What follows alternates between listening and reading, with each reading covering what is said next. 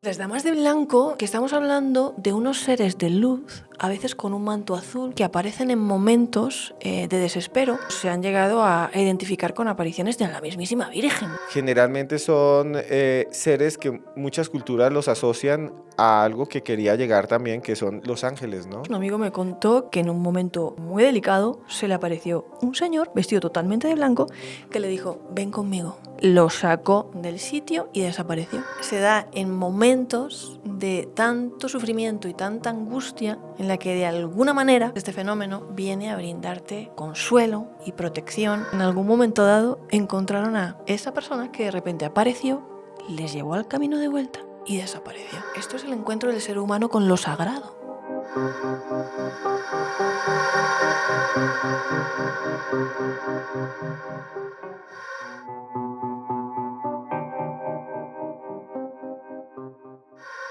Ángeles, seres de luz que salvan a las personas cuando están en momentos críticos, cuando están en peligro.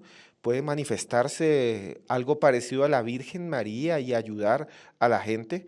Hay casos asombrosos y vamos a conocerlos a continuación con una investigadora que ha abierto las puertas del misterio. Y tiene que ver este video hasta el final, hasta el final, hasta el final. Y como decía, estoy con una investigadora que ha durado gran parte de su vida investigando casos como los que vamos a ver a continuación de extrañas entidades de luz que salvan a las personas o que las auxilian o que las ayudan.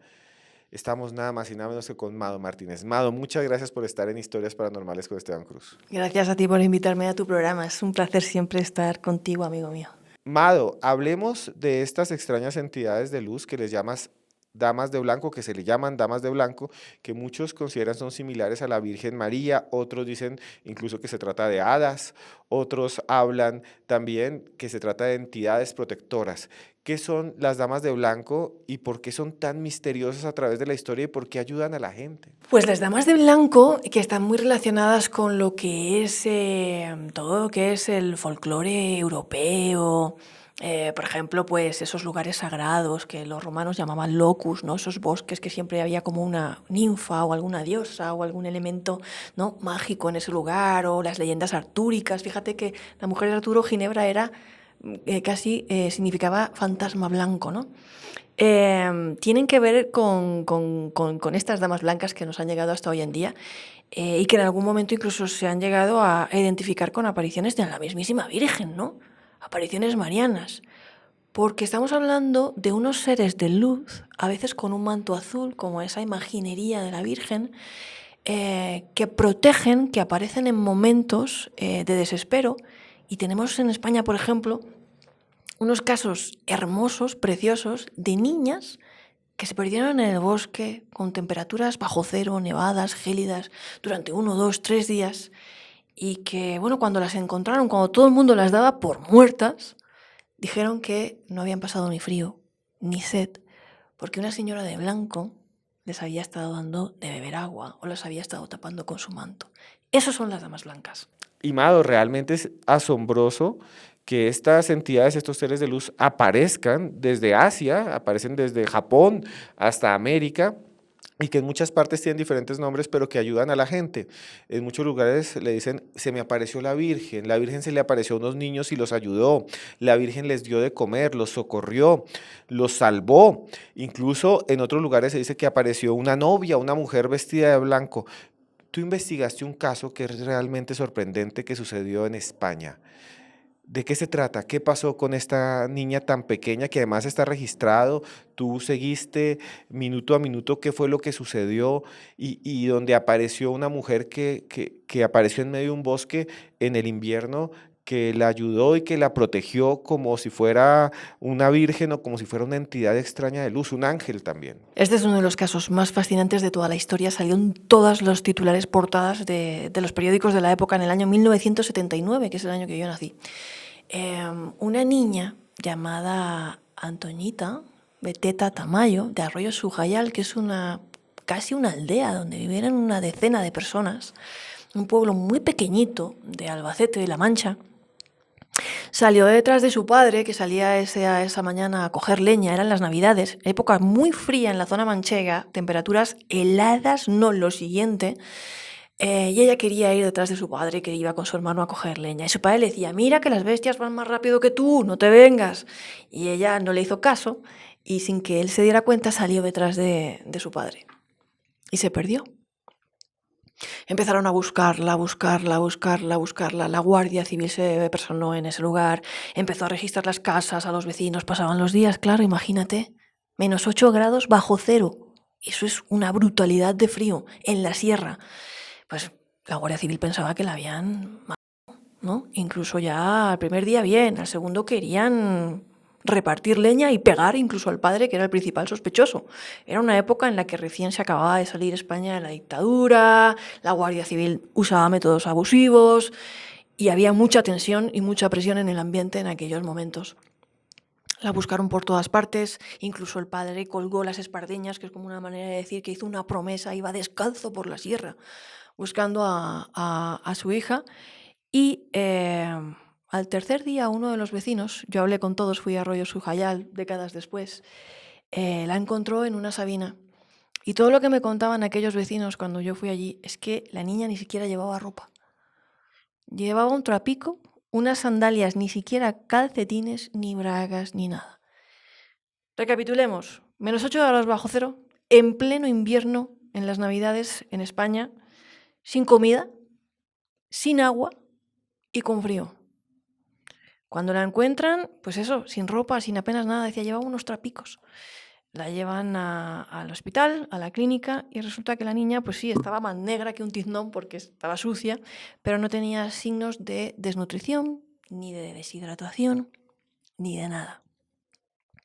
Lo que ella dijo, yo luego también fui a hablar con ella, pues allí en ese pueblo contacté con sus familiares, me pusieron en contacto con ella, estuve hablando con ella, es que realmente decía que había pasado, sí, mucho miedo, mucho horror, pero que había una señora que en los momentos de máximo terror acudía a ella y le daba de beber agua, le mojaba los labios y la arropaba con su manto. Y que cuando ella estaba en ningún momento ella sentía miedo, sentía calor.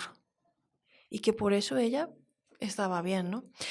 Sí que hay que decir que Antoñita quedó profundamente traumatizada por esta historia, porque una niña sola de 3-4 años en la sierra, oyendo por la noche las zorras, los mochuelos, los búhos, ella dice que pasó un terror y un horror y un pánico indescriptibles. Ella no ha podido volver a pisar un monte, una sierra en su vida, para que nos hagamos una idea.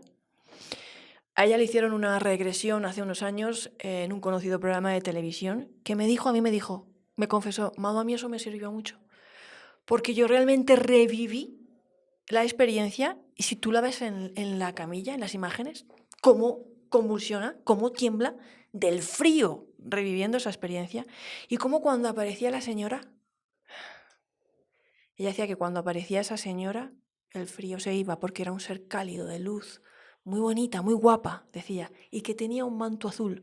Por eso en aquella época también todo el mundo dijo, la Virgen, la Virgen. Claro, en aquella época, en el 79, te dicen que has tenido una experiencia de este tipo, pues lo primero que las monjas del hospital, todo el mundo, la Virgen, ¿no? Si encima tiene un manto azul, como normalmente se representa la Purísima, ¿no? Y todas estas imágenes religiosas, pues motivo de más. De hecho, los vecinos del pueblo me decían, eso fue un milagro, yo creo que la Virgen estaría con ella, ¿no? Mucha gente lo decía, ¿no? Y que cuando la buscaron la niña se iba escondiendo por todas partes, cuando la consiguieron reencontrar. Del miedo que tenía mucho miedo, estaba realmente traumatizada, pero ella decía que esa señora le mojaba los labios y le daba calor, y que cuando esa señora estaba con ella no tenía miedo. Majado, es increíble. Una niña que se llama... Antoñita Beteta Tamayo, y estoy aquí contando su historia porque ella ya no la quiere contar más. Yo hace poco también volví a hablar con ella y me dijo, es que no puedo recordarlo, es que no sufro, lo pasó muy mal. Y ella, cuando era niña, 4 o 5 años, se pierde entre las montañas, como nos has contado, en invierno, con frío bajo cero. Todo el mundo piensa que se murió, que el padre le hizo algo, la desvivió, le hizo daño, entonces incluso intentan hacer algo al padre y luego la descubren, la encuentran sin nada de ropa y ella dice, es que una mujer me ayudó, una mujer venía con un manto azul y me cubría. Esa mujer, ¿cómo era según su descripción? Porque según he visto en muchos de estos casos, y tú misma escribiste un libro sobre este caso, o has escrito muchos artículos sobre este caso, la describen como un ser que tiene luz, que brilla, que aparece en medio de los bosques y desaparece. Cuéntanos un poco más cómo es este ser que la ayudó. En esa regresión ella pudo ser un poco más concreta, porque cuando ella era pequeña, con 4 años, con su medio vocabulario, imagínate, con su lengua de trapo, una niña de 4 años, dice que la ha estado cuidando una señora de blanco, muy guapa, ¿vale? Que le mojaba los labios y le daba de beber y le daba calor. Y que cuando estaba ella, ¿vale? Recordemos, 4 años, dice esto. Cuando ella le hacen esta regresión, ella dice que ese ser, esa señora, era un ser de luz, más concretamente, y que tenía un manto azul. Y que realmente cuando ella aparecía era cuando dejaba de tener miedo. Y es así como mayormente la describía, ¿no? Fíjate que este caso me recuerda mucho y además esto es muy extraño por la zona, ¿vale? Ella es de la zona de Albacete. Junto a Albacete, ¿qué fronteras tenemos? Tenemos Cuenca y tenemos Alicante. Y tenemos otro dato que vamos a encontrar en común, que son las navidades o los inviernos. Si nos retrotraemos al siglo XVIII, por ejemplo, en un pueblo de Alicante llamado Rojales, a finales de siglo, 1890 y pico, una niña desaparece también en pleno invierno, en pleno invierno. Esto es increíble también, ¿no? Y es como que ella dice que pues sale y se pierde y cuando regresa ha pasado lo mismo, ha estado perdida totalmente durante un día entero y la encuentran totalmente sana, saludable, no le ha pasado nada, ¿no? Y dice lo mismo, que la ha cuidado una señora, que la cubría con su delantal, que una señora la cubría con su delantal y pues no pasó a mayores. En Cuenca, en el Picazo, en el año 1943, otra niña desaparece también en las Navidades. Repetimos el mismo escenario, en plenas Navidades, en pleno invierno, igual que este escenario. Y entonces, lo mismo, con el aliciente de que en algunos de estos casos dicen que han visto una luz o un resplandor, ¿no? Esta niña del Picazo aparece a 3 kilómetros de su casa, por unos campos, por unos prados. La mandaron a comprar pan para esa noche y se perdió en el momento en el que ella dice que vio un resplandor. Dice que llega a ese lugar porque una señora la acompaña y la resguarda en una casilla de los campos, de campesinos. Y que al día siguiente esa señora le dice, hace sol, salte al sol, que va a pasar un vecino y te va a llevar a casa. Y efectivamente ella sale y se encuentra a un vecino que se la encuentra allí y la lleva a casa. Y dice lo mismo, que la ha estado cuidando una señora muy guapa, también con un delantal azul, que cuidaba de ella. En todos estos casos son niñas pequeñas que se pierden entre bosques y entre montañas, y en todos estos casos aparece esta mujer brillando con una capa azul y que les habla y las tranquiliza. Mado, esto me recuerda muchísimo muchos otros casos de niños que se encuentran con mujeres luminosas, pero que esta vez no solo los tranquilizan, sino que les envían mensajes. Y recuerdo muchísimo a las niñas de Garabandal y a las niñas a las niñas de Fátima, los pastores de Fátima. ¿Hay una conexión? ¿Te parece similar un poco? No, y te voy a decir por qué. Las apariciones marianas del tipo el caso de Garabandal, entre otros, ¿no?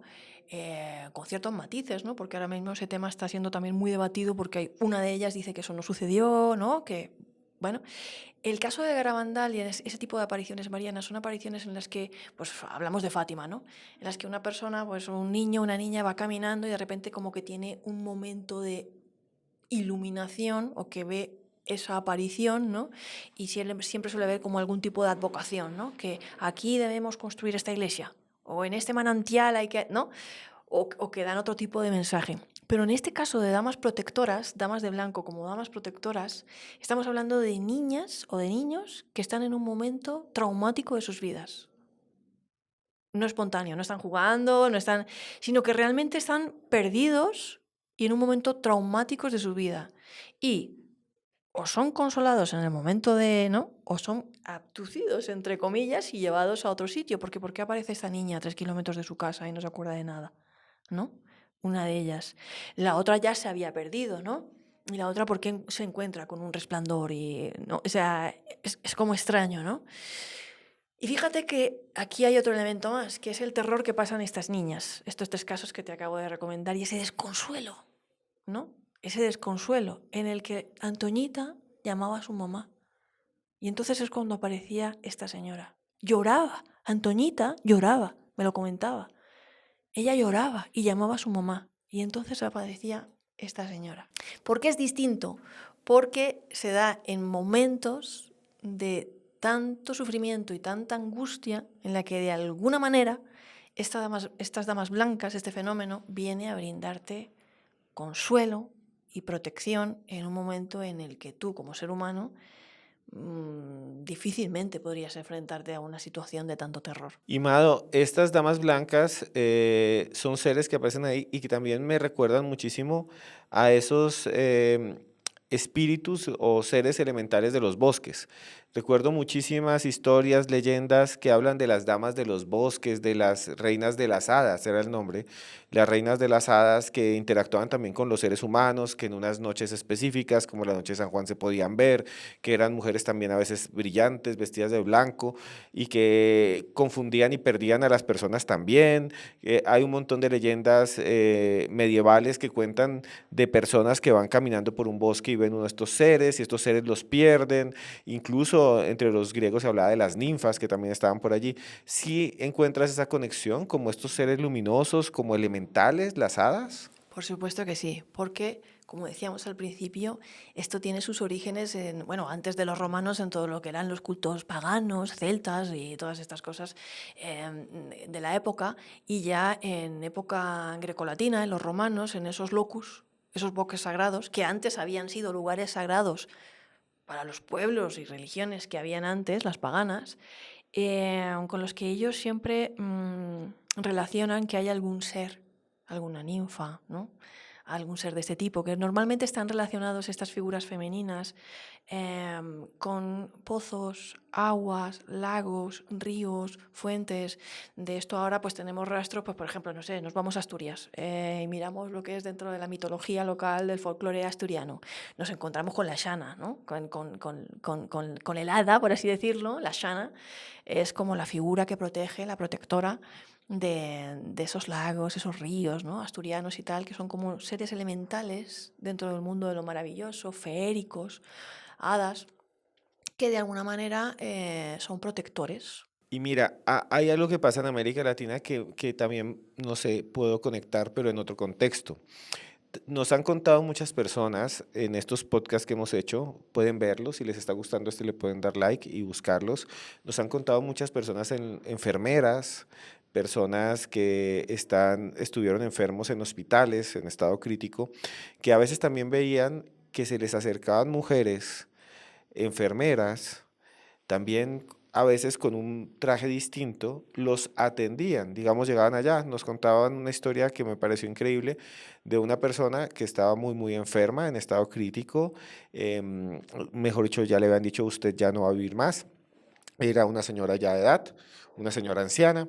Le dijeron ya no va a ir más, le dijeron a la familia no va a pasar de esta noche, despídase, se despiden y de repente ella en la mitad de la noche dice que ve entrar una enfermera, que esa enfermera tiene un uniforme diferente, no es el uniforme que había visto siempre mientras la habían atendido en el centro asistencial, en el hospital, sino que venía como con una especie de diferente gorro, traje muy blanco y brillante, que la cuidó, que la limpió, le limpió sus heridas, la atendió y se fue y que ya se sintió mejor. Y en los siguientes días ella se recupera y le dice al médico, oiga, gracias por la enfermera que vino la noche en que yo estaba prácticamente agonizando porque me cuidó muy bien, quiero hablar con ella y el médico le dice, esta enfermera no existe, aquí nunca ha venido nadie.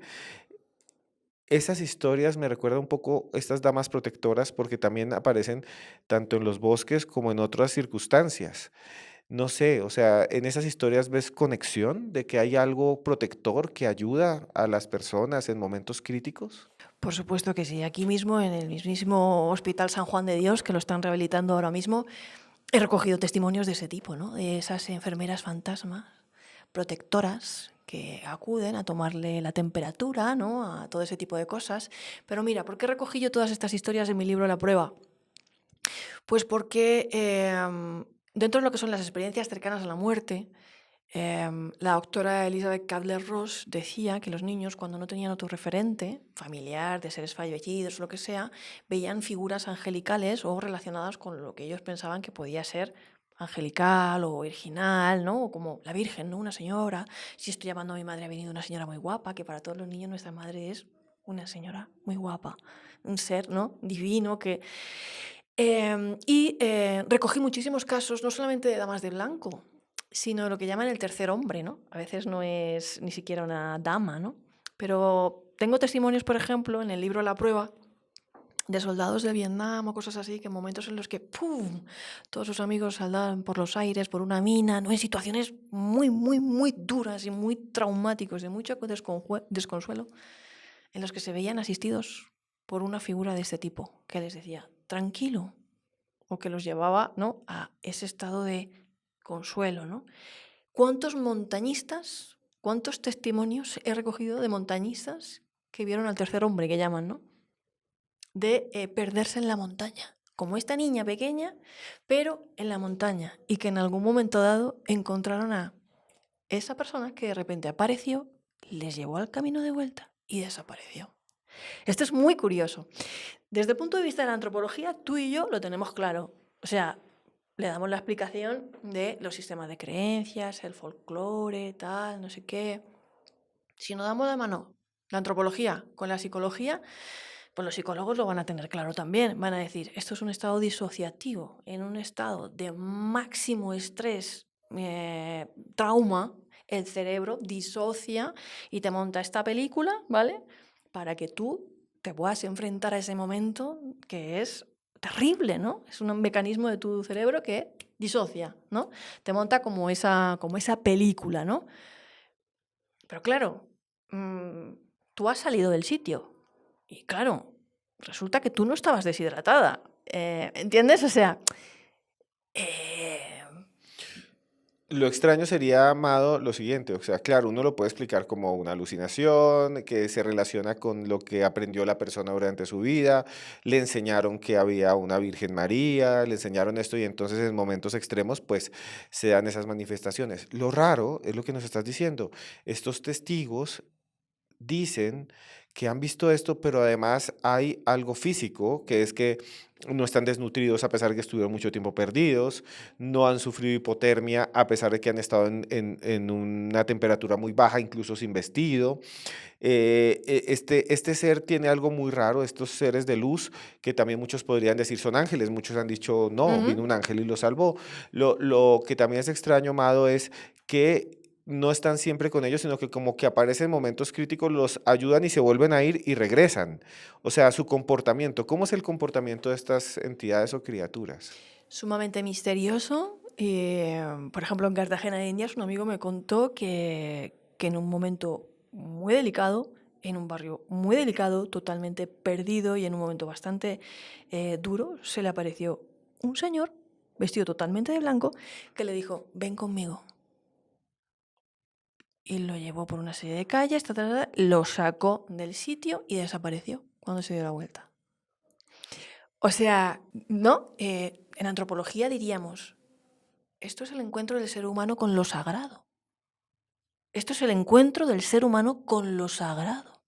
En el ámbito clínico nos dirían, la persona estaba disociando, es un mecanismo de supervivencia del cerebro, una alucinación, pero lo sacó del sitio. Y segundo, es que eso no lo hace menos sagrado. Es el encuentro del ser humano con lo sagrado. Y estos seres luminosos, en un caso damas de blanco, en otro caso un hombre, generalmente son seres que muchas culturas los asocian a algo que quería llegar también, que son los ángeles, ¿no? Ujú. Y los ángeles representan, ¿quién no ha tenido historias de que ha sido salvado por un ángel? ¿Quién no ha tenido historias en su familia que dicen que apareció una persona por allí? Conozco una muy conocida, muy parecida, y es de una antigua estudiante mío, un saludo a todos los estudiantes, que se llama Laura. Laura Sofía se llama, no voy a decir el apellido, pero Laura Sofía lo sabe. Y ella dice que en algún momento, estando en un concierto, había mucha gente y la gente se empezó a peñuscar. Imagínense ustedes en un concierto y la gente se empezó a peñuscar, no en Colombia, en otro lugar del mundo, y que de repente apareció una señora de blanco, joven, que le habló en español perfecto en un país en donde no se hablaba español, se hablaba inglés, que la vio también muy rubia, esto es muy extraño, muy rubia, de ojos azules, toda vestida de blanco, que le habló en un español sin acento. O sea, me dijo, yo no sé si era española, si era boliviana, si era mexicana, porque me habló sin acento. Apareció frente a mí y me dio la mano y me dijo, vente de aquí, ven por este lado. Y que ella sale y que en ese momento hubo ahí una avalancha humana y fallecieron personas y que después buscó a esta mujer y no estaba. Y me decía, es que era una mujer muy alta, blanca, ojos azules, cabello rubio, incluso con una especie de manta en la cabeza, de que hacía una mujer con manta en la cabeza en un concierto de música pop. No lo sé. Y además que hablaba en un español neutro, mejor dicho, que no tenía ni siquiera un acento ni colombiano, ni español, ni nada, pero le entendí que me tenía que ir, que él me ayudaba a salir por otra puerta rápido y después vi que había una emergencia y la gente sufrió mucho, hubo ambulancias que vinieron y demás. Y ella lo explica como un ángel, ¿no? Pero lo diríamos, podría ser una dama de blanco. Hace poco también en nuestro programa La Rosa de los Vientos de Onda Cero tuvimos el testimonio en directo de una chica también, lo había recogido nuestro compañero Miguel, que en un accidente bastante dramático y encadenado y con muchas víctimas, tuvo un encuentro con uno de estos seres que poco a poco la fue guiando para que saliera de esa situación. Lo que llama la atención en este tipo de casos es que, claro, uno dice, pero ¿por qué a esta y no a los otros? ¿No? Pero ¿por qué él sí y ellos no? ¿No? ¿Por qué algunas personas tienen este encuentro con lo sagrado y otras no?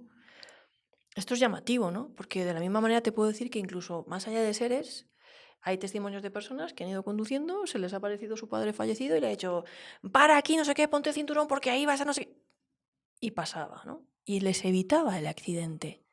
¿Por qué algunas personas tienen ese aviso y evitan un accidente y otras no? ¿Está escrito? ¿No está escrito? ¿Tienen esas personas que evitar el accidente por algún motivo? ¿O no lo tienen que hacer? ¿No? No, a reversa, porque. ¿No? Entonces, ¿por qué, no? Y luego también creo que explica en gran medida este fenómeno de las damas blancas o las damas protectoras, una leyenda urbana extendida en todo el planeta, que es la chica de la curva, al final, que es una dama de blanco, ¿no? Por ejemplo, yo creo que en cada pueblo hay una. En mi pueblo hay una. Mado, quisiera, antes de que sigamos, que les expliques a todos cuál es la famosa chica de la curva. En España, que también hay muchísimas que también le llaman las novias de la carretera, los fantasmas de carretera, le Sí, dicen sí. muchos. Y cuéntanos un poco qué es la chica de la curva y cómo sería como su manifestación o su relato principal para que todos los que están aquí lo conozcan. Pues aquí en Colombia, como la novia de Puerto Colombia, Sí. sería un prototipo. En mi pueblo también la tenemos, es la chica de la curva y es, pues nada, cuando tú vas de Monforte del Cid a Agos, que son pueblos limítrofes, y vuelves por la noche, sobre todo en noches de lluvia. Es una carretera como muy larga, ¿no? Es como puedes coger mucha velocidad y puede ser peligroso, porque no tiene, ¿no? Entonces llega un momento en el que regresando a casa tú te la encuentras en la carretera y ella está haciendo autostop y la paras porque además está lloviendo. Es una mujer. Es una mujer de blanco. Es una chica que normalmente va de blanco. Entonces tú vas conduciendo, la llevas ahí, tal, no sé qué, entablas conversación y en algún momento, cuando efectivamente vas a pasar por algún sitio o curva o por algún lugar en concreto, te dice, aquí me maté yo, o lleva cuidado, o no corras que aquí me maté yo. Y cuando giras a mirar, ya no está. De esos testimonios tenemos muchísimos y aquí la leyenda urbana se cruza con la realidad. Porque si ahora nos podemos hacer un rastreo y buscamos a taxistas en Colombia, en Bogotá, camioneros, nos van a contar que aparte del me dijo, el amigo del amigo del amigo del amigo del amigo me dijo, aparte de eso, sí vas a encontrar el que te dije. Yo la vi, o yo lo vi, o me pasó esto, ¿no? Es algo que ha quedado en nuestro colectivo. Y otra cosa, por ejemplo, en las Islas Canarias, en España, finales del siglo XIX, entre 1800 y pico y 1910, surge una leyenda súper misteriosa que nadie le ha podido rastrear el origen y por qué surge, ¿vale? Se llama la Niña de las Peras. Sucedió en el barranco de Badajoz una noche en la que unos padres mandan a su hija a buscar fruta. Ella se queda dormida en un peral. Dice que en ese momento aparecen unos seres de luz que la llevan abajo hacia una cueva, un lugar idílico y un jardín, donde ella charla unos minutos con ellos. Y después regresa a su casa. Pero para la familia han pasado 20 años y sigue estando igual. ¿De dónde surge esa leyenda? ¿Por qué? ¿No? Entonces, al final, tiene que haber siempre un origen, ¿no?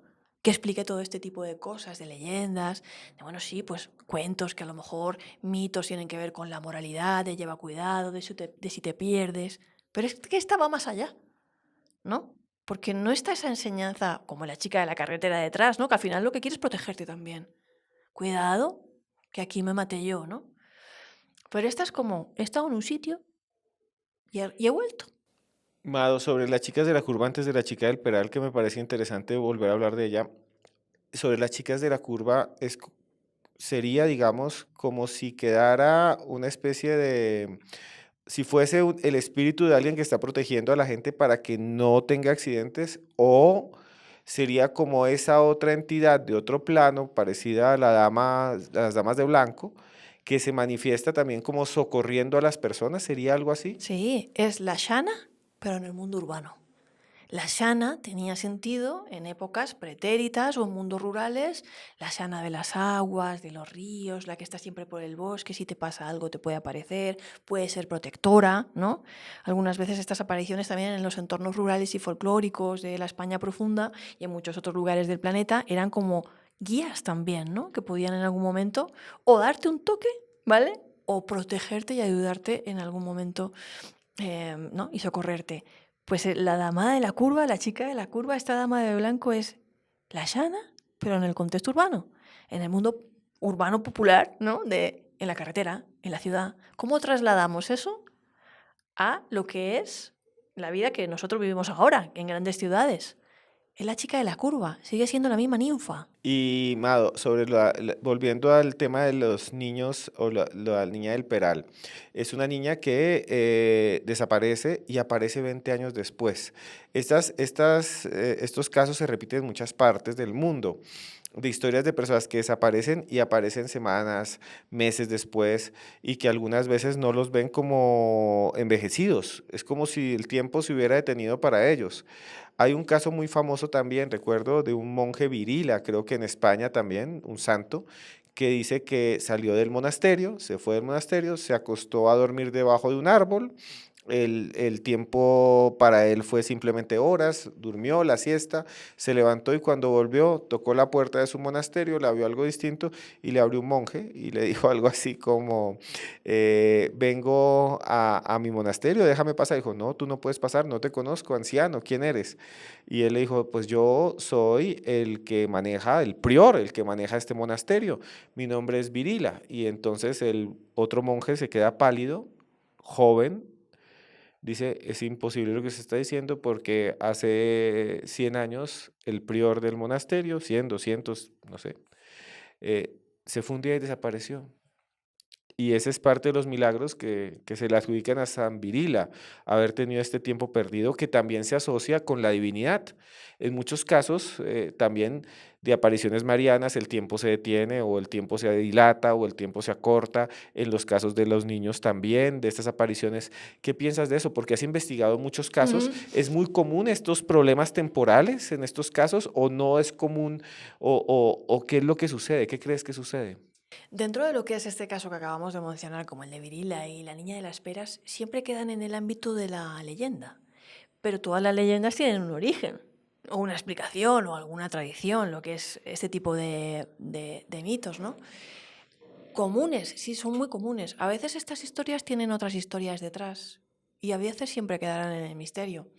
En otro pueblo muy pequeñito, la Niña de Teba, en los años 70 también, bueno, dicen que estaba jugando en la calle con una amiga que vio una lucecita un resplandor a partir del cual ella desaparece y la buscan la Guardia Civil, salen todos los medios y cuando ella regresa y aparece de un pueblo pequeñísimo, muy pequeño en aquella época, dice que, bueno, que ha estado con unos señores altos rubios, un hombre y una mujer, ¿no?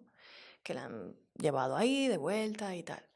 Claro, cuando tú rastreas este caso, yo fui al pueblo, hablé con la gente del pueblo, hablé con el médico que la atendió, el psiquiatra, incluso al cura que en aquellos momentos estaba en el pueblo. Hay de todo, ¿no? No, pues que si ella pasó la noche en realidad con el cura, no es que pasara nada, pero en aquellos tiempos, pues que alguien pasara la noche en casa de otra persona, aunque solo fuera para hablar o buscar consuelo espiritual, podía romper la reputación de alguien, ¿no? Entonces podría ser, ¿no? Pues esto el párroco no lo confirma a lo mejor hablas con el psiquiatra y el psiquiatra pues dice pues no, pues eso es una forma en la que ella no interpreta la historia o decide contar otra cosa pues precisamente para no podemos barajar un montón de hipótesis. Cuando yo fui a hablar con ella no habló, la verdad se la va a llevar ella, ¿no? O sea, realmente cuando yo la intenté localizar me abrió la puerta, mire tal, pero no quiero hablar, ¿no? A veces las historias tienen otras historias detrás. ¿Cuántas historias de ovnis o de abducciones y tal han tenido otra historia detrás, ¿no? Una muy famosa en Brasil, uno de los casos de abducción ovni, de estos de luces que matan, ¿no? Que hablamos, tiene detrás algo más truculento desarrollado o relacionado con un diamante, ¿no? Entonces, ¿qué hay en estas historias? ¿Qué parte de verdad hay? Hay una parte de verdad incontestable, es decir, de las que estamos hablando. Yo estuve perdida 3 días en la sierra y había una señora que cuidó de mí, me daba a beber agua y me daba no sé qué, que para mí es el encuentro con lo sagrado. Desde el punto de vista, nuestro ámbito es la antropología. Eso es el encuentro del ser humano con lo sagrado, ¿no? Lo describiríamos así. Y hay otras historias que a lo mejor detrás llevan otras historias o que llevan otras cosas. Y seguramente si las viviéramos ahora, la historia de Antoñita Beteta Tamayo no sería la Virgen, sería un alienígena, sería un extraterrestre. La gente diría de la misma manera que cuando la encontraron, la Virgen, ha estado con ella, ¿no? La Virgen. Ahora mucha gente le diría un alienígena la ha abducido, o un ser extraño, ¿no? O algo de este tipo, ¿no? Porque también la cultura y la interpretación que le damos a este encuentro con lo sagrado ha cambiado. Remotamente era una ninfa, luego una virgen, ahora quién sabe. Es como si hubiera un mismo fenómeno y de acuerdo al momento en el que vivimos le ponemos nombre diferente. Por ejemplo, en la Edad Media le hubieran dicho o es la Virgen o es un hada, dependiendo del contexto. Hoy en día se hablaría de lo no humano fuera de este mundo y hasta hace unos años se diría también que fue la Virgen María. Pero lo interesante es que aparece en otras culturas, en el mismísimo Japón. Recuerdo mucho estos yurei y otros espíritus. Hay unas historias increíbles, incluso de gente que sube a los picos de las montañas, están a punto de fallecer, el frío es terrible. Imagínense ustedes, hay uno muy famoso, un escalador que sube allí, está allí en medio de la nieve, ya no tiene que comer, la noche cae, es oscuro, sus dedos de los pies se vuelven morados, sus dedos de sus manos se vuelven morados, morados, morados. Él dice, ya voy a fallecer, Ujú. ya no hay nada que hacer. Y en medio de la noche aparece una mujer con un kimono blanco que brilla. Está incluso esto en una película famosa de Akira Kurosawa. Sí, sí, sí. Aparece allí y muestra, aquí los muestran como soldados y aparece este ser blanco de las montañas que además para ellos es una realidad, se acerca y les da de comer para que aguante al Ajá. amanecer y en el amanecer se levanta y se salva. Es que es un fenómeno que aparece tanto en el mundo de Japón como en el mundo cristiano y en cada lugar tiene nombre distinto. Aquí se puede llamar la Virgen o la Dama Blanca y aquí se llama el Yurei. Y asimismo hay mil historias, incluso en aeropuertos. Hay historias que hace poco escuchaba uno de gente que se pierde en esos aeropuertos grandes, aeropuertos masivos como el de Atlanta, Georgia, que está perdido y que de repente alguien lo guía hasta la Sí. puerta y desaparece. O sea, hace poco nos escribía alguien, tenía que, no entendía ningún idioma y vino alguien, me dio la mano y me dijo, esta es la puerta, y después se fue.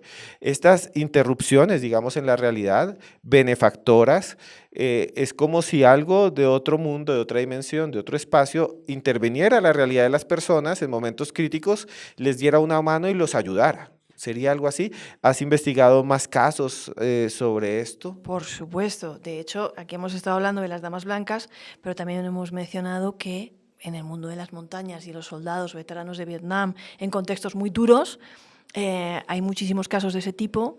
De hecho, tampoco nos tenemos que ir a la montaña, como te comentaba, en la ciudad, en Cartagena de Indias, en otras ciudades, en contextos urbanos, también, incluso en un aeropuerto, como tú acabas de mencionar, también podemos encontrar estas historias. Pero mira, aquí se les llamó en un momento damas blancas, en otro momento la Virgen María, otros dirán que sí son alienígenas, otros son los yurei. Sigue siendo el mismo fenómeno, el tercer hombre, ¿no? Que llaman, ¿no? Esa persona que aparece que en un momento que te salva, que te libra incluso de la muerte, ¿no? De un accidente y que te mantiene y que te brinda ese contexto. Y yo creo que los dos estamos llegando a la misma conclusión, Esteban. Y es que realmente esto lo podemos encontrar en todos los contextos, en todas las épocas históricas y en todas las culturas, independientemente de la narrativa cultural. Uno dirá que la Virgen, otro dirá que un yurei, pero sigue siendo el encuentro con lo sagrado. Y volviendo a las historias que tú has investigado, ¿cuál otra te ha impactado de las que has analizado en donde ha habido, sea de hombres, de mujeres, alguna de estas interrupciones en la que le ayudan a las personas, de algo que podríamos llamar algo protector, una energía protectora, un ángel, una dama blanca, una aparición fantasmal, en el que haya habido como una intervención para ayudar, ¿no? La de Antoñita. Es que realmente también, pues hablar con ella me impactó mucho, porque yo este caso, pues cogí el coche, llegué en carretera, llegué a un pueblo que era muy difícil de encontrar, tuve que pagar por otras aldeas para llegar a esa aldea, fui hablando con los vecinos de cada una de estas aldeas donde vivían 10, vivían 20, en entornos muy remotos y todos recordaban eso como si hubiera pasado ayer, porque fue muy duro y la estuvieron buscando durante 3 días. Yo hablé con el que la encontró, hablé con sus primos, hablé con los que estaban buscándola, los que se enfrentaron a la Guardia Civil y hablé con ella, ¿no? Entonces, emocionalmente a mí me impactó mucho y sobre todo me impactó cuando hablé con ella, ¿no? Porque es que se notaba que lo pasó mal. Que hablaba porque sí, mira, me estás preguntando y ya me has pillado, te ha dado el teléfono a mi prima, pero, ¿me entiendes? Pero lo pasó muy, muy mal, ¿no? Y es como, en medio de ese terror, que esa mujer no ha vuelto a pisar la montaña, es decir, pervive, esto es antropología viva, pervive. Eso ahí, esa experiencia que ella tuvo de encuentro con ese ser, es lo que dice que era lo único que a ella le quitaba ese miedo. Mado, recuerdo hace poco, me habló un médico, me encontré un médico que es anestesiólogo.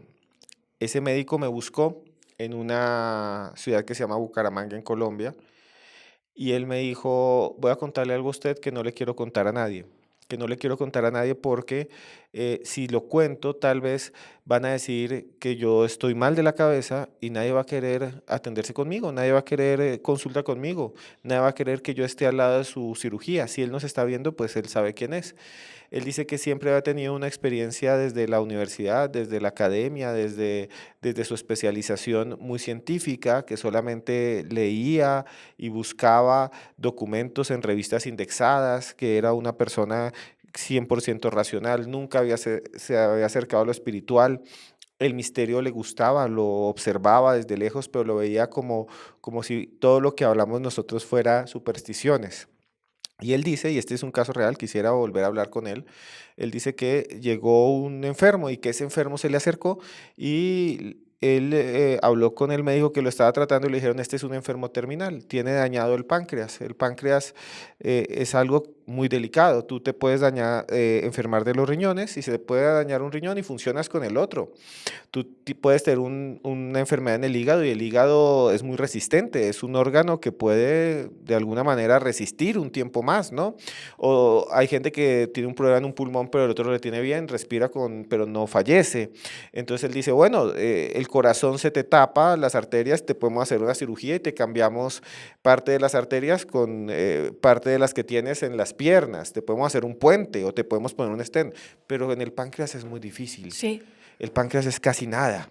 Entonces él dice que este enfermo ya está desahuciado, él se acerca a la familia y le dice a la familia, esto es una historia que él me cuenta, le dice, lo siento, despídanse, vamos a tratar de hacer lo que se pueda para que sea digno este momento. Después de unos años, él está por la calle y se encuentra otra vez al paciente. Dice, usted, pero si usted estaba moribundo. Usted es una persona que estaba agonizando. Usted es una persona que ya no tenía sino horas de vida. Y él dice, doctor, es que esa noche, mientras yo estaba dormido, soñé que venía en una especie, en mi casa, porque ya ni siquiera estaba en el hospital, soñé que venían unos seres de blanco, con el cabello rubio muy largo, con ojos azules, todos vestidos de blanco brillante, y en mi sueño me llevaban por una especie de túnel, me llevaban a una camilla y con una especie de arpón que brillaba también rojo, me lo colocaron sobre el páncreas, sentí como calor, era un sueño porque yo nunca los vi físicamente y en el sueño me dijeron que iba a estar bien y que me iban a curar y no tanto que me iban a curar, sino que me iban de alguna manera a dar más vida y entonces desperté y vine al médico y me dijeron que estaba evolucionando bien, que todo estaba funcionando muy bien y ya no estoy desahuciado y llevo 3 años aquí con mi familia. Estas historias se repiten muchísimo con estos seres blancos, sean en sueños, sean en encuentros. Son muy raros, ¿no? Incluso en la zona del silencio en México dicen que viven unos seres de blanco que solo piden agua y le llaman los sedientos y que ayudan a la gente. Hay una historia, Amado, muy famosa. Quiero que me digas qué piensas de esto, que en otro podcast con Johanan Díaz lo comentamos, que él no la comentó, es un caso muy famoso mexicano de un hombre que va manejando en un automóvil en la mitad de la zona del silencio, que le llaman así porque a veces no funciona el celular, porque es un desierto, porque lo único que hay son cactus de colores, porque lo único que hay son tortugas que tienen los caparazones extrañas, porque es un lugar muy raro y que se le pincha o se le poncha una llanta, como dicen en México, no tiene más llantas, no tiene forma de ayudar porque ya tenía la llanta de repuesto desinflada, no tiene nada, y de repente en la mitad del desierto aparece un hombre muy alto con el cabello largo, blanco, y le ayuda, le da agua, lo cuida, después le dice que te vaya bien y él le dice, ¿y tú de dónde eres? No, yo soy de aquí del desierto y se va caminando y desaparece, ¿no? Entonces, estos seres que aparecen de un momento a otro, como las damas blancas, como los de este sueño, como los de la zona del silencio, son muy extraños. Pero lo que es muy extraño, Amado, es que se repiten en diferentes contextos, en diferentes culturas, en diferentes épocas de la historia, pero el fenómeno es muy similar. Seres luminosos que ayudan a la gente de un momento a otro. Pues mira, yo el tema de la zona del silencio lo desconozco porque no lo tengo investigado, pero creo que has tocado la llaga, has puesto el dedo en la llaga cuando me has comentado el de este señor que decías que tenía una enfermedad terminal.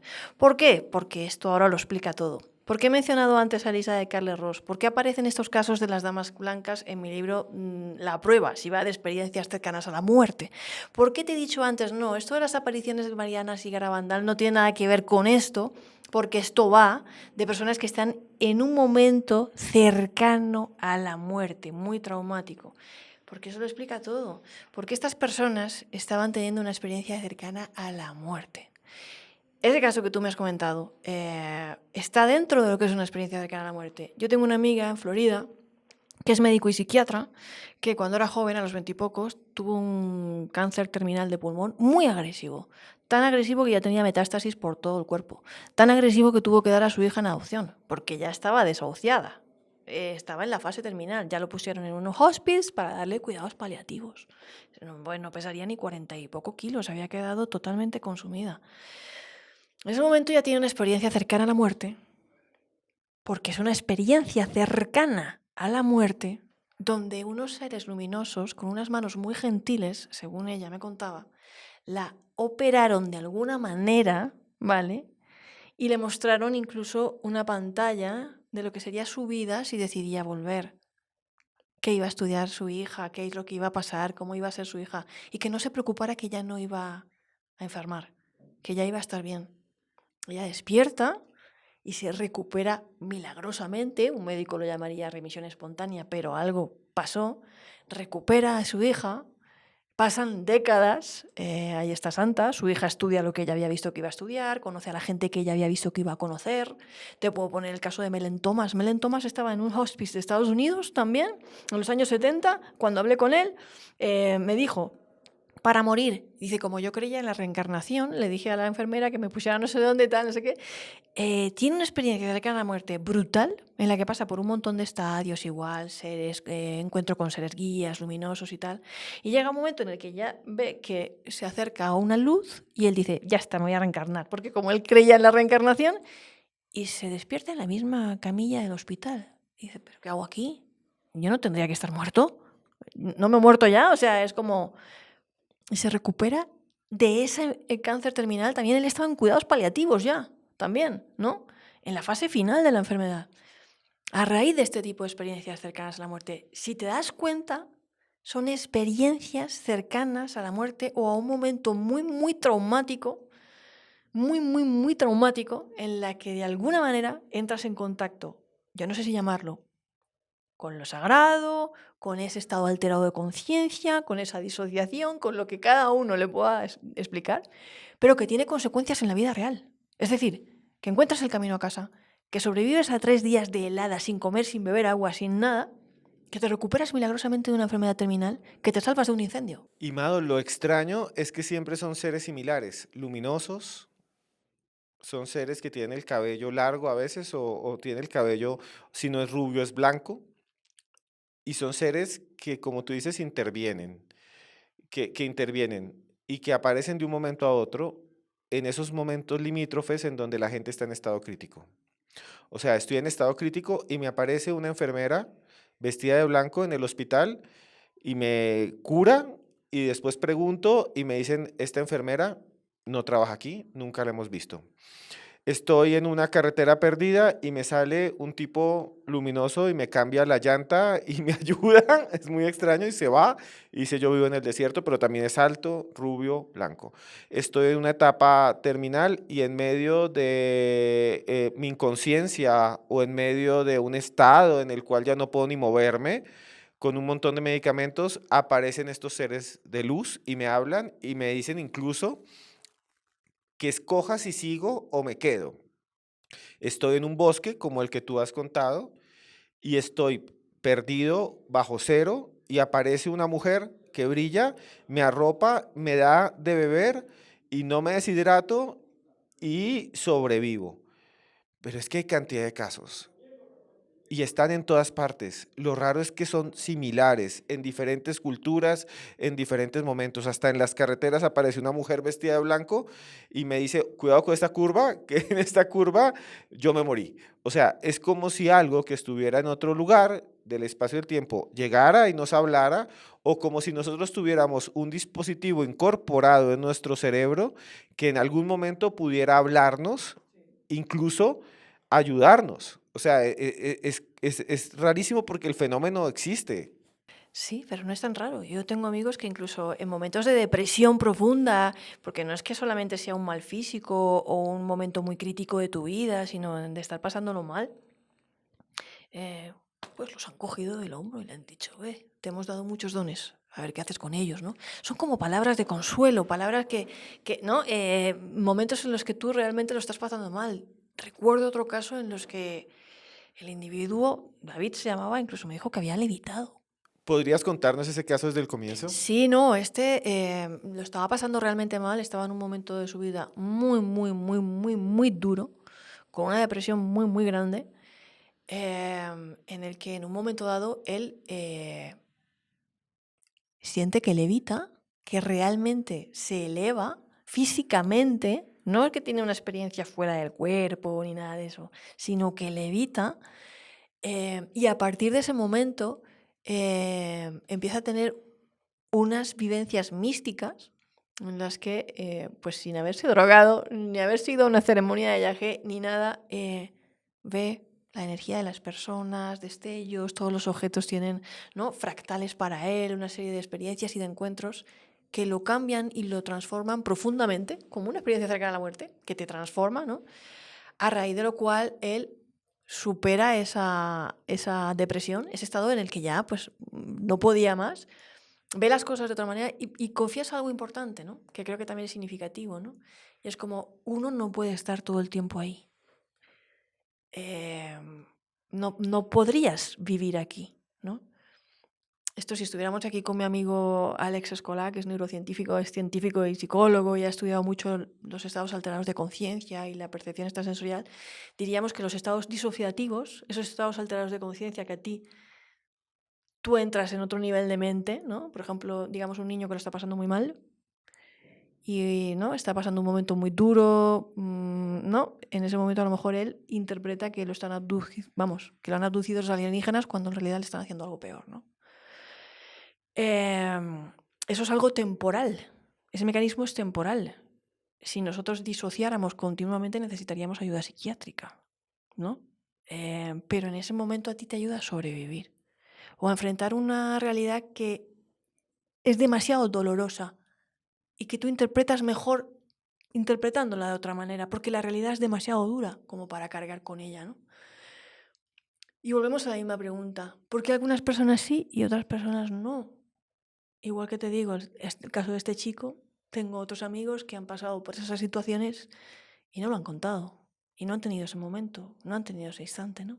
Entonces, eso también es un misterio, ¿no?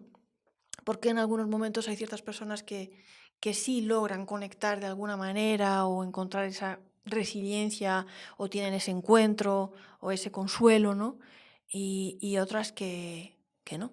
Estos seres que aparecen en momentos críticos se parecen mucho a una figura que ya la he dicho, pero quiero repetirla, en nuestra cultura es muy conocida, que es la figura del ángel. Los ángeles también aparecían en momentos críticos. En los escritos bíblicos y en los evangelios hay apariciones de ángeles y aparecen justo cuando muere Cristo para anunciar que su cuerpo, porque lo buscan entre los muertos, si ya está vivo, si ha resucitado, llegan a anunciar, por ejemplo, que van a ser Jesús y son vistos también como seres luminosos, que brillan, que incluso en algunos textos se les dice que son seres altos y delgados. En los apócrifos incluso hay alguno, creo, en el que se dice que tienen también el cabello largo. Son similares a estas damas de blanco, tanto en las apariciones de las vírgenes, que también en muchos casos ayudan y dan de comer a los sedientos y a los perdidos. Volviendo a eso, Mado, ¿hay algo, aparte de lo que podemos explicar como antropólogos, hay algo que es una constante siempre, que son estos seres de luz que ayudan a la humanidad? Y como bien dices, no es a todos, es a algunos, específicamente a los que pueden contarlo después, a los que se salvaron o a los que los encontraron y los vieron. Incluso se piensa que también son guías y mucha gente los ve como guías al más allá. Tú has investigado casos y no sé si tienes alguno de estos casos, en esta casuística que has hecho en tu libro La Prueba, de personas que ven esos espíritus guías o estas personas justo cuando están en una experiencia cercana a la muerte. Sí, claro, por supuesto. En relatos coloniales tenemos indígenas, muiscas, mujeres que tuvieron experiencias cercanas a la muerte. Es fascinante. O sea, es que eso realmente lo tenemos en todas las culturas, en todos los sistemas de creencias. Lo único que cambia es la narrativa. Por eso un maya Choborti pues va a tener unas narrativas y unos elementos en su experiencia cercana a la muerte o en su conexión con lo sagrado en lo que va a haber zopilotes. Un mapuche en una experiencia cercana a la muerte te diría que ve alemanes con libros. Esos son sus seres guías, porque dentro de lo que es su incorporación de tradición de los señores sabios y tal, eran pues esos señores colores que vinieron aquí con unos libros, ¿no? Dentro de lo que nos vamos a experiencias cercanas a la muerte recogidas por Al-Kindi y Aristóteles en el mundo grecolatino, nosotros tenemos señores que murieron 3 días, que fueron al inframundo de las divinidades del panteón, de el Hades, ¿no? Que se encontraron con las divinidades de los dioses del antiguo Olimpo, pero que también tuvieron esos encuentros con seres guías, con familiares fallecidos, y que incluso regresaron con información privilegiada de hechos futuros, en este caso en concreto de Aristóteles, que estoy recogiendo, de qué rey iba a morir, cuándo, qué volcán iba a estallar, en qué año, y que fue capaz de decir cuándo y a qué edad iban a morir todos sus amigos y murieron en esas fechas. Siempre ha estado ahí. Todos estos relatos, todos estos testimonios, todas estas experiencias, que es como tenemos que llamarlas, experiencias, han estado ahí, independientemente que los llamemos ángeles, independientemente del contexto judio-cristiano sean altos, luminosos, rubios, ¿no? En el contexto africano seguramente no tan rubios, ¿no? Dentro de sus sistemas de creencias. En el contexto que tú has mencionado, Japón, orientales, en un kimono, ¿no? Siempre han estado ahí, ¿no? Y eso es lo interesante, en el mundo indígena también, o sea, es que siempre han estado ahí. Y para mí, particularmente, pues es algo absolutamente mágico, maravilloso, y vuelvo a la palabra, porque creo que la tenemos muy olvidada, Esteban. Y nosotros como antropólogos tenemos que reivindicarla. A lo sagrado, lo sagrado, lo sagrado. Mado, muchas gracias. Ya estamos terminando este video podcast en el cual hemos hablado de estos seres de luz que aparecen allí, que envían mensajes. Solamente quería hacerte un apunte y preguntarte lo siguiente que lo has dicho al final, y es que en muchos de estos encuentros, que son en el fondo todos experiencias cercanas a la muerte, a pesar de que alguien no esté enfermo críticamente, está en peligro. Y estar en peligro es estar cerca a la muerte. O sea, no tienes que estar con un infarto terrible en una sala de urgencias para estar cerca de la muerte, como puedes estar perdido en un bosque bajo cero, también estás cerca de la muerte. O cuando estás manejando en una carretera, conduciendo tu automóvil y hay un abismo y el suelo está mojado, también estás cercano a la muerte, hacia adentro te veas normal, entonces te aparecen estos seres. La pregunta es la siguiente, y la has dicho, en muchos de estos casos que yo también he seguido, estos seres dan algo que es para mí sorprendente, que lo has contado ahorita, que son profecías. O sea, es como si te revelaran el futuro. Y esto es todavía más paranormal, porque una cosa es que te digan, no, estuve cerca de la muerte y entonces se me apareció un ser rubio, blanco al frente mío, pero otra cosa es que te diga, y me dijo que iba a tener 2 hijos y ahora tengo 2 hijos, o me dijo que un volcán iba a hacer erupción, o me dijo que iba a haber un terremoto, que me fuera de esta ciudad, o que incluso, como en la misma Biblia, los ángeles de Sodoma y Gomorra les dicen, váyanse, porque eso es una profecía también, porque esta ciudad va a ser destruida. Entonces, por eso también les llaman a los ángeles mensajeros, ¿no? Entonces aparecen, y la palabra es esa, mensajeros. Y estos seres de luz que están al borde de la muerte también son mensajeros, y aún más demente, llegan a decir incluso profecías. A veces la profecía es explícita, es decir, durante ese trance, vamos a llamarlo así, se te comunica, se te muestra o se te enseña de alguna manera. A veces es implícita, es decir, tú llegas regresas, pasas ese trance y para ti el futuro ya ha pasado, como ¿no? Casos como el de Perfecto, que yo también hablé con él y tal, y es como, y la rotonda que había aquí, y luego la construía, ¿no? O qué pasó con ese señor si no se había muerto en un accidente así, así, así, y luego moría de esa manera. Y se despiertan a veces también ciertos episodios de percepción extrasensorial, es decir, personas que nunca han sido mediums empiezan a ser mediums, a canalizar mensajes que ni les van ni les vienen, cosa que les angustia mucho porque nunca han sido mediums, ¿no? O reciben cierta sensibilidad en materia de percepción extrasensorial a raíz de una experiencia de ese tipo. Y esto es muy curioso, porque si nosotros hacemos un repaso a lo que son las corrientes chamánicas, no solamente las de tradición pues asiática, Siberia, Norteamérica y todo eso, sino en general, es muy común encontrar que los chamanes, al final, o las personas que se han convertido como en brujos o líderes espirituales en algunas comunidades, siempre han sido las que han tenido una enfermedad brutal, han estado a punto de morir, les ha alcanzado un rayo, ¿no? Algo que han pasado, ¿no? Que ha sido un trauma, que ha supuesto un trauma, un peligro en sus vidas, a raíz de lo cual pues, se han convertido en chamanes en sus comunidades. Y entonces estos seres de luz les anuncian también el futuro y les cuentan qué va a suceder. Es realmente extraño. Bueno, Mado, muchas gracias. ¿Dónde pueden encontrar tu investigación sobre las damas de blanco y sobre estas experiencias y estas extrañas apariciones? Pues en mi libro La prueba, que es un libro sobre experiencias cercanas a la muerte, mensajes del más allá, visiones en el lecho de muerte, que aquí en Colombia se encuentra fácil en Panamericana y en el resto del mundo hispanohablante en la editorial Planeta o Bucket, y que me sigan en el canal de YouTube Mado Martínez porque hay una playlist todo sobre vida después de la muerte, en los que también pues entrevistamos a muchas personas y hablamos de este tema que realmente pues me sigue fascinando. Mado, muchas gracias por estar en Historias Paranormales con Esteban Cruz. Gracias a ti y a toda tu audiencia. Besitos. A ustedes, muchas gracias por estar acá. Ha sido un podcast alucinante sobre estos seres de luz, sobre estas entidades que ayudan y que a veces le dan la mano a las personas y que aparecen en todas las culturas.